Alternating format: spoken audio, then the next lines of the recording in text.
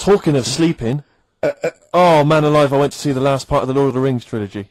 Why? Well, it's like a family thing now. Every Christmas, my family and I have been going to see the Lord of the Rings, the next instalment. It's like a family thing. What will you do if they keep making them? Oh, I tell you, I've wasted now about 10 hours of my life with that tripe. You can never get that back. I can never get that back. That's what Peter Jackson owes me. 10 hours now he owes me of my life. It is absolute drivel. Well, I know. We've said this before, I don't want to harp on again about it, but I cannot fathom why everyone is so excited and loves these films so much. Like you say, people review saying it's the best film ever. I think this is the greatest movie I'll ever see. And I don't... It's like they go, but look at all the fight sequences. But Tolkien being up there in literature, like, you know what I mean? It's sort of like Shakespeare. Tolkien. No! Yeah. No. But what is it that he's writing about exactly? I don't know. Little midget fellas who can't get shoes. I mean, I've got big feet. I've got size 14. I can get shoes. Oh God! Send off for men. But I know it is like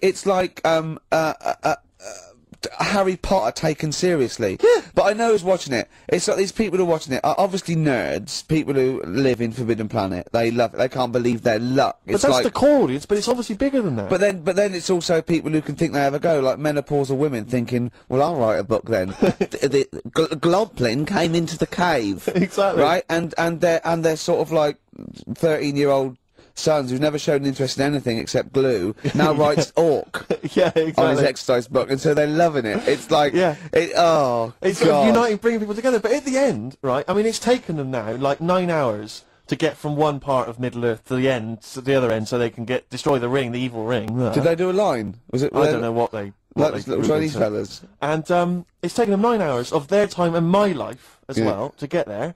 And at the end, they all say Did they do goodbye. it in real time? Why didn't they edit it? Oh, I mean, that's what it felt like. It really, it can't have, it must have taken them less time, you know, within the sort of logic of the book to get there than it did to me to watch it. And at the end, they sort of say goodbye to each other and they all hug. So there's like, you know, there's little midget one, you know, Frida, saying goodbye to, you know, Bjorn. What are they Benny. called in the thing? Because are they PC in it? Are they called like midgets and dwarfs? No, they're called hobbits. Oh, are they? Yeah. So we should call small people hobbits from now on. That's what they are, just to make it kind of topical, and they'll like that as well. Give them sort of, you know. So if you see a little on the way home, if you saw a little midget fella, 4 foot midget fella, just say, "Excuse me, hobbit." Yeah. Okay, that's call fine him then. Frodo. Right, Frodo.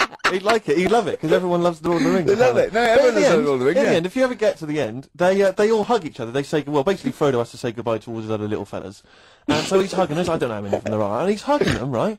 And it is the most interminable thing I've ever seen. It's like the music's playing, they look into each other's eyes, he hugs them, they pull back, they look at each other again, they're like, we'll never see each other again. Then he hugs the next one, and I was just screaming, I was thinking, hug, just one big group hug. Yeah. Then we can get out of it. Like an American football team. Exactly. Just go,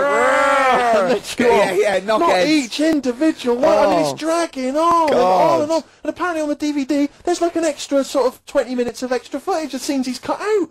Who's watching this tripe? Who cares? I don't know. I genuinely, have we lost some of our popularity by slagging off Lord of the Rings? I don't care. Screw them. If you love it, if you can't live without Lord of the Rings, screw you. I don't want you as a listener. I can't fathom it. Really, it's not like I'm trying to be wayward or controversial. I can't get my head around the popularity. But doesn't Harry Potter annoy you as well, though? Yeah, but at least it's kind of over in an hour and a half.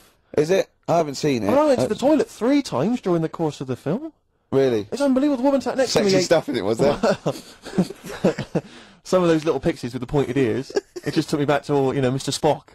Oh, all those glorious days. But it really is just. I mean, have you seen any of them? You've not bothered. I've seen one, and it was long, and I thought it was nicely filmed, and I thought, well, okay, I'll just get through it. I even think, you know, it was just a list of, oh, and here come the orcs. Exactly. Right, okay, we'll see the orcs now. Yeah. But it's like people go, oh, look at the amazing fight sequences, the amazing immense battles. And it's true, he's got thousands of actors and stuff on horses, brilliant. But I'm not impressed by good time management. No. Well done, he's got all those people together, he's orchestrated it, well done. But it's got to be more interesting. My friend summed it up. He said the Lord of the Rings films, they're like the film equivalent of an Enya song.